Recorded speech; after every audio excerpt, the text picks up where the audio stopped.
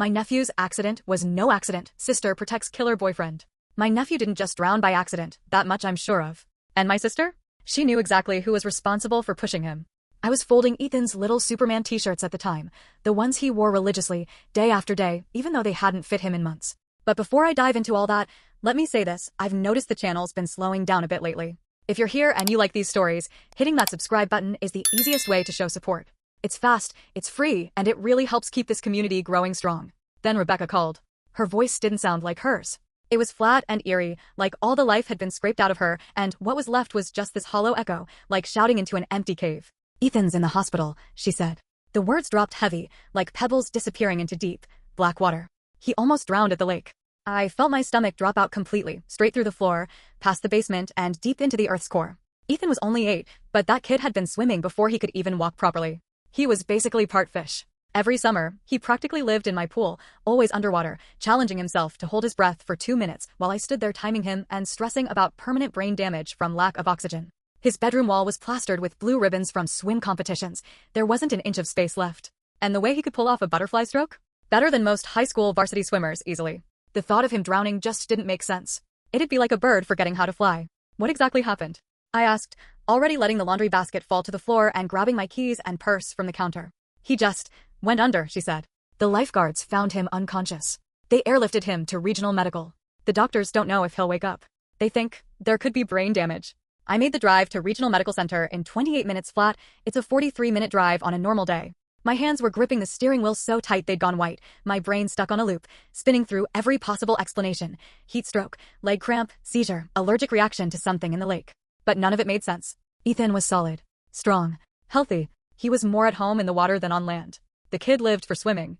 Rebecca was standing in the pediatric ICU waiting room when I got there, still in her red bikini with a flimsy hospital gown thrown over her shoulders. Her mascara had run in streaks down her cheeks like ink trails, and her blonde hair was a soaked, tangled mess clinging to her face. But the way she looked, something about it felt off. Seriously off. In all our 32 years as sisters, sharing bunk beds, sneaking snacks, surviving our parents' constant drama, I'd never seen her handle a crisis like this. Not this quietly. When our childhood golden retriever, Max, died from cancer, she cried for 2 straight weeks. She couldn't stomach anything except saltines and barely slept without waking up in tears. When she broke her wrist in high school falling off her bike, she had a full-blown panic attack in the ER, so bad they had to sedate her just to take x-rays. Now, her only kid, her whole damn world, the boy she went to court for in a brutal custody battle, was lying in a coma with machines keeping him alive, and Rebecca didn't even look like she was falling apart. She looked guilty. Scared, yeah, but not the kind of fear you see in a mother watching her child fight for life. This was a deeper kind of fear, the kind you get from hiding something big. Something that could tear everything down. Where's Jordan? I asked, meaning her boyfriend of exactly 6 months and 12 days. I'd been keeping track, waiting for their train wreck of a relationship to finally blow up like all the others. He had to go to work, she said, still not looking me in the eye. She was staring at those cheesy inspirational posters on the waiting room wall. Last-minute shift. Someone called in sick. Right then, my suspicion meter went off like a fire alarm. Jordan managed a Pizza Hut just outside our tiny town of Millfield, population 8,200, give or take a few. And I couldn't imagine what kind of pizza-related emergency could possibly take priority over your girlfriend's kid being in critical condition. Rebecca, I said, I need you to tell me exactly what happened at the lake. Everything. Don't leave anything out. She didn't answer right away, just stared at the floor, picking at her cuticles like she always did when she was anxious. She'd picked them raw back when our parents' divorce turned into an emotional war zone. She was 12, I was 10, and she never really stopped the habit after that. I already told you what happened, she said, her voice shaky but defensive. He went under and didn't come back up. It happens, okay? Even good swimmers can have freak accidents. But I knew Ethan. If there was anyone on earth who wouldn't just go under, it was him. That kid could outswim grown adults without breaking a sweat. He'd been on the Millfield regional swim team since he was 6. His form was textbook perfect in every stroke, freestyle, backstroke, breaststroke, butterfly, you name it. In the last 2 years alone, he'd won 17 blue ribbons. His room looked like a shrine to swimming. So the idea that he'd just go under in a public, supervised lake? It wasn't just unlikely, it was impossible. Were you watching him the whole time? I asked. Of course I was, she snapped, instantly defensive, the way she always got when she felt backed into a corner. Jesus, Megan, what do you think I am, a monster? Rebecca snapped, her voice laced with anger and hurt. You think I just let my 8-year-old swim by himself while I took a damn nap?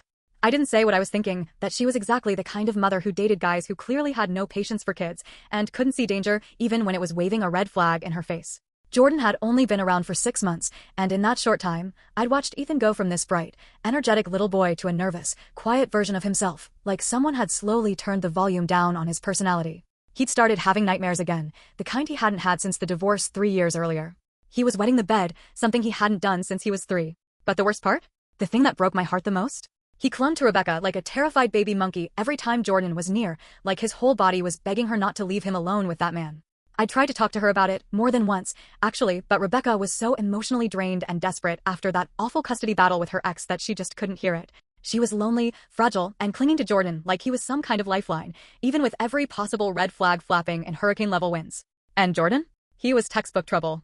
Tall, 6'2", maybe, with thick dark hair, and that kind of smirk that made women ignore every instinct they had. When he turned on the charm, it worked, but only when Rebecca was in the room. The second she wasn't, it was like a switch flipped. The warmth disappeared, especially around Ethan. There was no kindness there. No effort. Just cold. 3 hours later, the pediatric ICU doors opened and Dr. Harper walked out looking like she'd been through a war. She was in her 50s, petite, with wire-rimmed glasses and tired, kind eyes. Her expression was grim. She told us Ethan was stable for now. They were keeping him in a medically induced coma to manage swelling in his brain. He still had a good amount of water in his lungs, even after the ER team had done everything they could. But then came the part that froze my blood. "There's some bruising," she said carefully. "On his shoulders, upper arms, and the back of his neck." "Bruising?" I repeated, my voice sharper than I intended. My nursing training kicked in immediately, everything I'd learned during community college rising to the surface. "It could be from the rescue efforts," Dr. Harper replied, choosing her words slowly, delicately. It was the kind of cautious tone doctors use when they suspect something darker but aren't legally allowed to say it outright. Sometimes, when pulling a child from the water or performing CPR, there's a need for considerable force. I looked over at Rebecca, and she looked like she'd just seen a ghost. Her face went pale, bone-white, like someone had flipped a switch and drained the blood from her body. She grabbed the back of a plastic chair, like she needed it to keep from collapsing. Her knuckles were white as chalk. "Can we see him?" she whispered, barely getting the words out through her trembling lips. Dr. Harper led us down a sterile hallway lined with those 2 cheerful posters, the kind with cartoon animals and motivational slogans that felt almost offensive in a place like this. It made the whole thing feel more surreal. Ethan looked impossibly small lying there. The machines surrounding his bed hummed and beeped like robotic guardians, tubes snaking into his nose and mouth like some twisted medical octopus. His skin had this sickly gray cast to it, and his lips still had that bluish tint around the edges. The bruises on his shoulders stood out stark and ugly against his pale skin, dark purple, like bruised plums. I leaned in, taking a closer look, my brain already working through what I'd learned in my nursing courses. These weren't random bruises. They weren't messy or inconsistent like you'd expect from a frantic lifeguard trying to save a life. No, these were too symmetrical, too deliberate. They looked exactly like someone had grabbed an 8-year-old kid by the shoulders and held him underwater while he kicked and struggled. "Rebecca," I said softly, keeping my tone steady even though my heart was pounding, "those bruises, they look like someone held him down." She shook her head, almost on instinct. "The lifeguards." "The lifeguards," I cut in gently, would have lifted him up from under the arms. Maybe around the chest to start CPR. But these? These are on his shoulders. The back of his neck. This is what it looks like when someone forces a kid under, not pulls them out. Rebecca's breathing grew fast and shallow, her chest rising in quick, panicked bursts. She kept glancing at the door, like she expected someone to burst in and shut me up, to tell me I was wrong. But no one did. Because I wasn't. "Or maybe arrest her," Rebecca muttered, eyes wide and voice shaking, like she wasn't sure if she was talking to me or herself. I need some air." She bolted out of the room like the walls were closing in on her, like the hospital itself might swallow her whole. I stayed behind with Ethan. For the next 2 hours, I sat at his bedside, holding his small, cold hand in mine and whispering to him over and over that he was safe now. That Aunt Megan was here. That no one was ever going to hurt him again, not while I was breathing. Whatever happened out at Clearwater Lake, I was going to get to the bottom of it. And whoever was behind it, they were going to pay. I'd make damn sure of it. That night, after Rebecca had gone home, probably to scrub herself clean, throw on a change of clothes, and pretend none of this was happening, I got in my car and drove the 30 minutes to Clearwater Lake. Officially, the park closed at sunset, but I knew the back trail. Rebecca and I used to sneak in through it back in high school when we'd meet up with friends for those reckless, midnight swim parties. Back then, the lake was all laughter and first kisses and summer nights that felt like they'd never end. Now, it felt like a crime scene. I parked near the old maintenance shed hadn't been used in at least a decade and followed the winding gravel path through the trees until I reached the main swimming area. The August moon hung high and heavy in the sky, casting everything in a pale silver glow. The lake looked like a sheet of glass, still and reflective, like it might shatter if I touched it. During the day, this place was filled with life, kids running, families grilling, the smell of sunscreen and burgers in the air. Now it felt hollow, abandoned, haunted. That's when I saw them. Scattered near the picnic table closest to the shoreline, cigarette butts. Jordan's. Marlboro Reds, no question. I'd seen him smoke them in Rebecca's driveway more times than I could count. These weren't old either. They were fresh. Still smelled like tobacco and ash. But that wasn't the worst part. Some of them had lipstick stains, and not Rebecca's color. She always wore soft shades, pale pinks, warm corals, stuff that suited her light skin. These were dark. Deep red. Crimson. The kind of color that looked like dried blood in the moonlight. I crouched down and took a closer look. 6 butts, maybe more. All smoked down to the filter, one after the other. That was at least an hour of chain smoking. Someone had been here for a while. Waiting, watching, planning. I replayed Jordan's story in my head. He'd told Rebecca he left the lake early, said there was some urgent issue at work he couldn't ignore. So, if he left, why were these here? Still fresh. Still reeking. Why did they have lipstick on them that didn't belong to Rebecca? And then I saw it. Half buried in the sand near the edge of the water. Ethan's goggles. The special ones. Prescription lenses. Cartoon shark design. Rebecca had paid over $200 to get them fitted with his exact prescription because he was so nearsighted he couldn't swim without them. Those things were basically glued to his face every time he was near water. He never took them off. Not even in the shallow end of our backyard pool where he knew every inch. Those goggles were his safety net. So, what were they doing here? Off his face. In the sand. I picked them up carefully, my chest tightening. There was only one reason Ethan would have taken off his goggles, or had them taken off. Someone wanted to disorient him. Blind him. Make him panic. Make him vulnerable. Make him easy to control. I used tissues from my purse to gently bag the goggles and the lipstick-stained cigarette butts, treating them like evidence, because that's exactly what they were. Then I drove home, my stomach sinking like it was filled with concrete. I wasn't just suspicious anymore. I was terrified. I needed to know exactly where Jordan had been yesterday, and I didn't trust a word out of his mouth. So I decided to do some digging. Maybe it wasn't entirely legal. But after what happened to Ethan, I didn't give a damn. The next morning, I called the Pizza Hut where Jordan claimed he worked as a manager. I slipped right into the sweet, customer service voice I'd perfected after years behind various counters. "Hi, this is Jordan's girlfriend," I chirped. "He accidentally left his wallet at my place yesterday, and I was hoping to swing by and drop it off. What time does his shift start today?" There was a pause. Then the manager on the other end said, Jordan didn't work yesterday." My hand tightened around the phone. "I'm sorry, what?" "He called in sick Tuesday morning," the guy said, still sounding confused. "Said he had food poisoning, couldn't leave the bathroom. We haven't seen him since. And he's not on today's schedule either." My heart dropped straight to the floor. My pulse kicked up, fast and panicked. "Are you absolutely sure?" I pressed, trying to keep my voice calm. "Because he told me he had an emergency shift yesterday afternoon he couldn't miss." "Nope," the manager said firmly. "Supposed to do a double on Tuesday, but called out sick around 9 a.m., said he was throwing up nonstop and couldn't function." So Jordan lied. He hadn't gone to work. He'd called in sick, which meant that while Rebecca thought he was dealing with a crisis at Pizza Hut, he was actually, what? Lurking at the lake? Smoking with some woman who wore blood red lipstick? Waiting for something to happen? Or making it happen himself? I thanked the guy at Pizza Hut, trying to sound casual, and hung up. My hands were trembling as I immediately dialed Rebecca. "We need to talk." "Now," I said, "no small talk, no pleasantries. Meet me at Rosie's Diner in 20. She didn't argue. Just agreed, like she already knew the storm was coming. Rosie's had been our high school hangout. Countless hours spent in that corner booth sipping milkshakes, gossiping about boys, dreaming about bright futures and big plans. Now we were about to sit there and talk about whether her boyfriend had tried to murder her 8-year-old son. When Rebecca walked in, I barely recognized her. She looked like she hadn't slept in days. Dark circles sat heavy under her eyes, almost like bruises. Her hair was scraped back into a sloppy ponytail held together with what looked like a rubber band. She was still wearing the same wrinkled clothes from yesterday, stained and sagging on her like she'd aged a decade overnight. She wrapped both hands around her coffee cup like it was the only thing keeping her tethered to earth. "I know Jordan wasn't at work yesterday," I said flatly, cutting to the chase.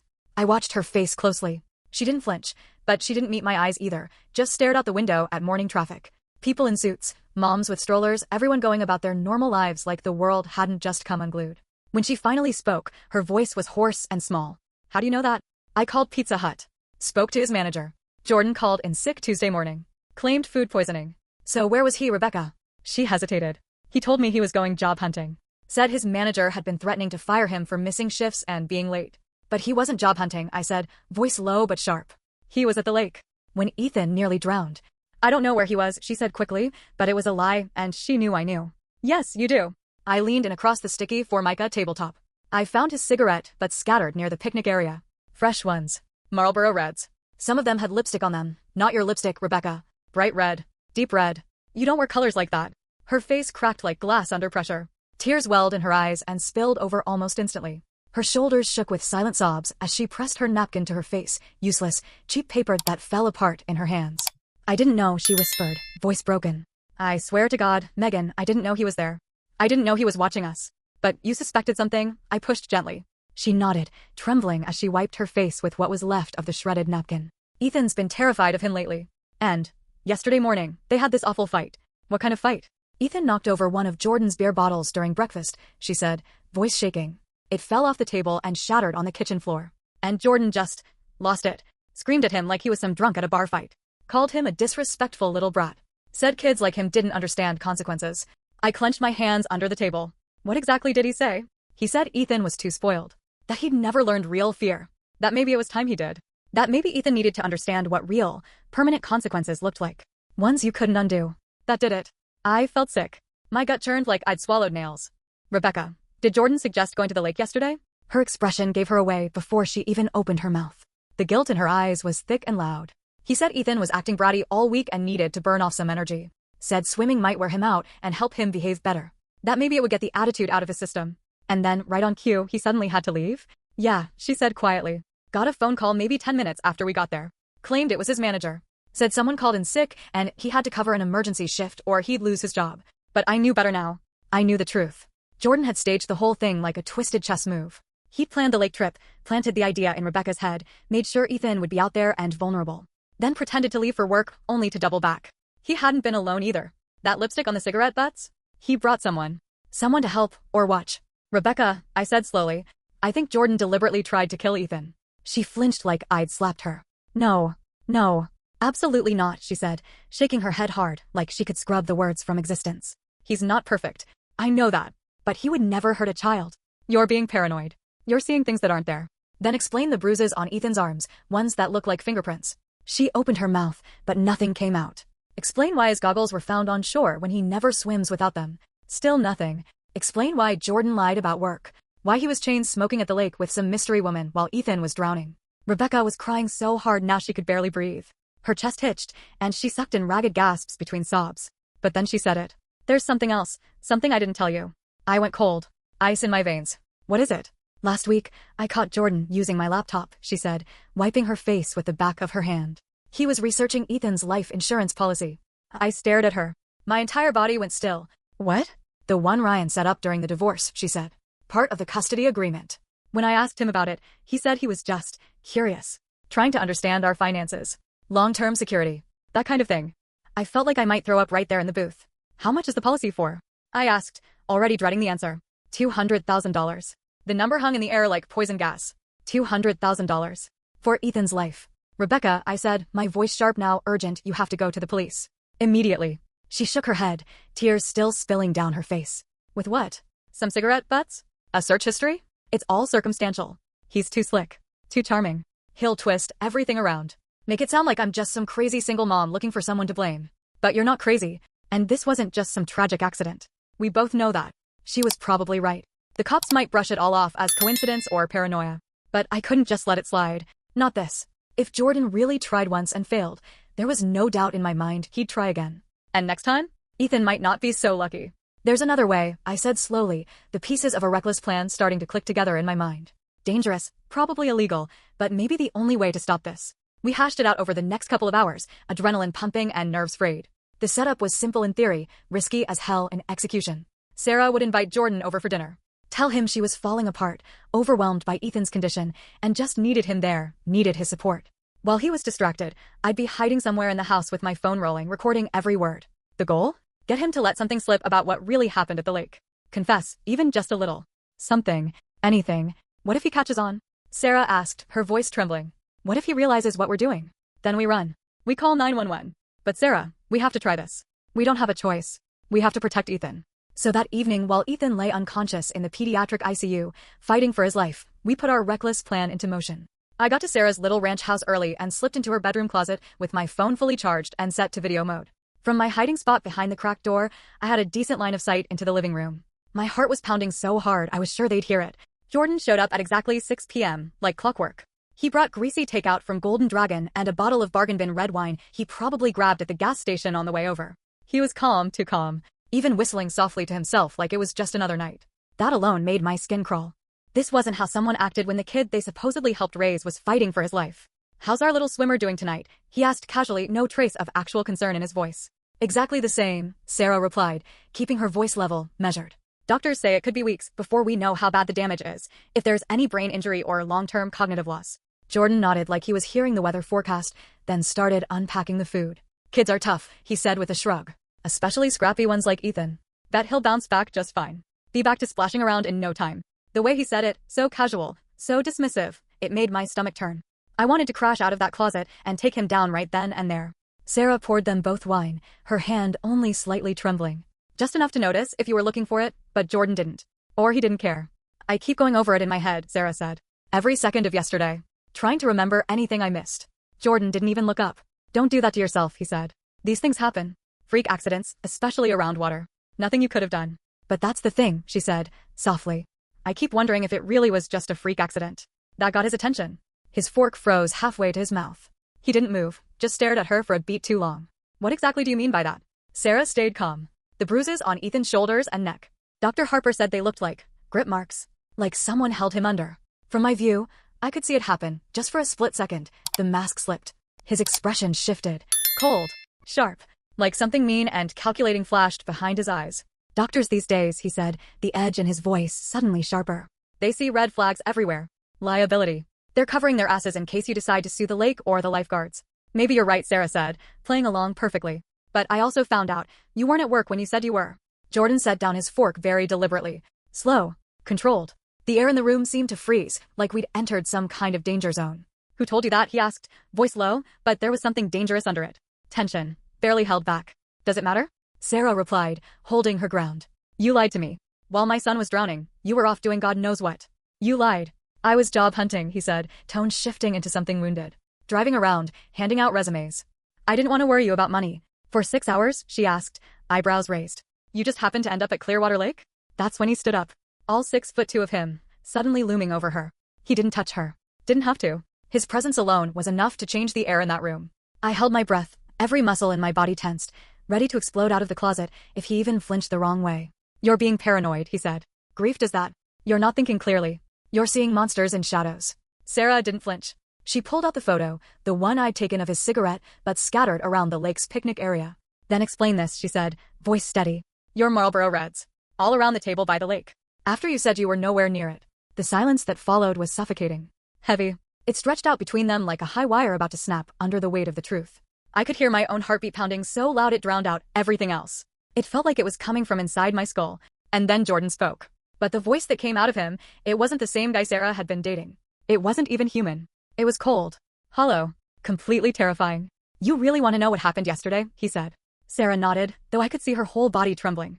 Her hands, her shoulders, everything about her screamed fear, but she kept it together. Jordan leaned back in his chair slowly, and that's when it happened. This awful smile spread across his face, slick and oily like a gasoline spill. Your precious little Ethan was never really in danger of dying, he said. My stomach dropped. My heart slammed against my ribs so hard I honestly thought it might give me away. I double-checked that my phone was still recording. I needed every word. Every horrible, incriminating word. I just wanted to teach him a lesson, Jordan went on, calm as ever. Teach him to show some respect to the adults trying to raise him. I felt like I was going to throw up. I waited until you went to the bathroom, he said to Sarah, then swam out real quiet to where he was playing with those dumb goggles. He laughed a little, like it was all just some prank gone slightly wrong. Kid was so into his little underwater games, he didn't even see me coming. Sarah had gone pale as a sheet, but somehow she kept the conversation going, kept him talking. What exactly did you do to him? She asked. I grabbed him by the shoulders and shoved him under. Just for a few seconds, Jordan said casually, like he was describing how he'd flicked a bug off his shirt. Long enough to scare him. Make sure he got the message, there are consequences for disrespecting people like me. Sarah's voice cracked. A few seconds? Jordan, he was unconscious when they pulled him out. He almost died.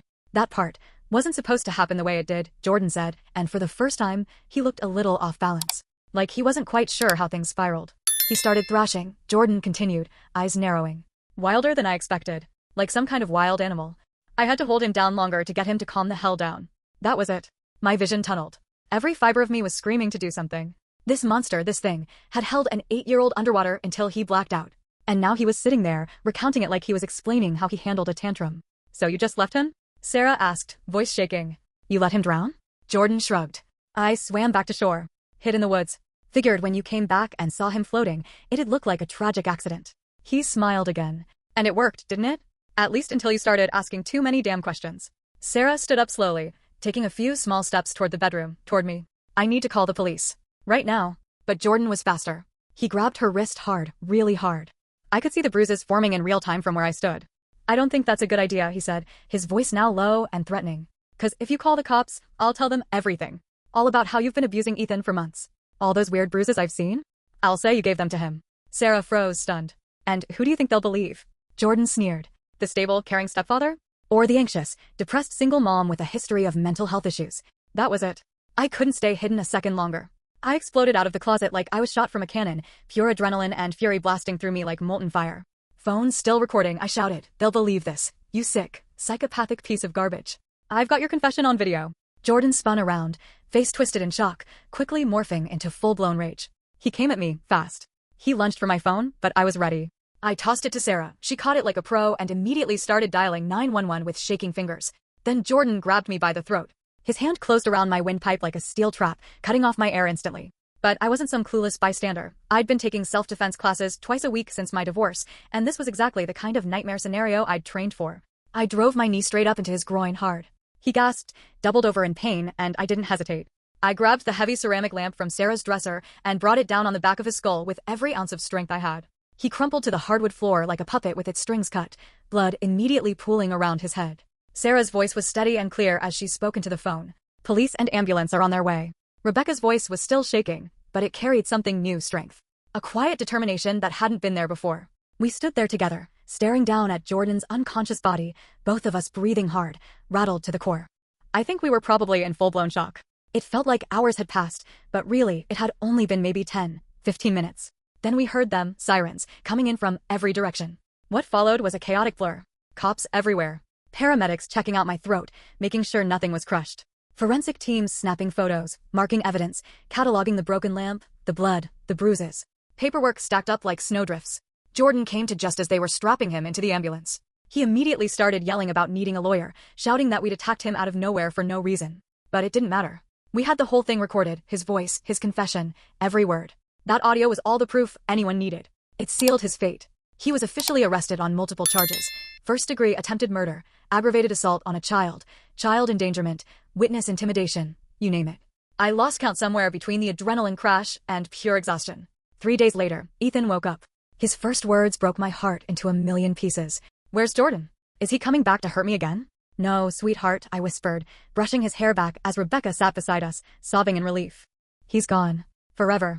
And he's never, ever coming back. Ethan's recovery was slow, but he made it. The doctors were amazed. No permanent brain damage, no cognitive delays. He had no memory of what happened at the lake, and honestly, Rebecca and I agreed that was probably for the best. He didn't need to carry that weight with him for the rest of his life. After the dust finally settled, Rebecca broke down. Completely. The adrenaline was gone, and what was left behind was guilt. So much guilt. She couldn't stop crying, couldn't stop apologizing. She kept asking how she didn't see the signs, how she let someone like Jordan near her son. It took months of therapy before she could even begin to understand the truth. Jordan was a pro. A manipulator with experience. He fooled everyone, not just her. 8 months later, during the trial, even more came out about him. His past was darker than any of us had imagined. He'd been investigated twice before for child abuse in 2 different states. Never charged. Not enough evidence. Slick lawyers. Technicalities. There were restraining orders filed by 2 ex-girlfriends. Both had young kids. Same pattern every time. He'd target vulnerable single moms, worm his way into their lives, act like a hero, and then slowly start taking out all his rage and control issues on their children. The prosecutor called him exactly what he was, a predator. Someone who hunted for the vulnerable, the trusting, the desperate for sport. Ethan wasn't his first victim. Just the first who almost didn't survive. Jordan was sentenced to 25 years in prison. No parole. As the bailiff led him away in chains and that orange jumpsuit, he looked straight at me, dead in the eye, and mouthed the words, "This isn't over between us." But he was wrong. It was over. Completely. Permanently. 10 months later, Ethan got back in the water. Not lakes. Only public pools now, with lifeguards, other kids, safety procedures. He never swam alone again. Rebecca started dating again, carefully this time. Background checks, long conversations, slow trust. And no one came near Ethan, or her, without my approval. I sold my downtown apartment and moved into the house right next door to them. Became the overprotective and I never knew I had in me. The one Ethan always needed. I learned that sometimes, being family means stepping up when the so-called grown-ups fail. It means trusting your gut even when everyone tells you you're overreacting. It means doing whatever it takes, even if that means shattering a lamp over someone's skull, to protect the people you love. 2 years later, Ethan stood on the top podium at the regional swim championship for his age group, first place in butterfly. The crowd went wild. And then he pointed right at us, Rebecca and me, sitting up in the bleachers. "I want to thank my mom and my Aunt Megan," he said into the mic, proud and clear and confident. "They saved my life when someone tried to kill me." People in the stands probably thought he was just being dramatic, just a kid exaggerating. But we knew the truth. We lived it. Some rescues happen in ICU rooms with crash carts and machines keeping hearts beating. Other rescues? They happen in living rooms, behind closet doors, with hidden recordings and split-second choices when everything's on the line. That nightmare? It was finally over. But more important than that, Ethan was okay. He was safe. He was whole. He was swimming again. And I'd learned something I'd never forget. The most dangerous monsters in the world are often the ones we let into our homes. The ones who smile at us and offer to help. The ones who pretend to care while secretly plotting the unthinkable. Never again. Not on my watch. Not ever.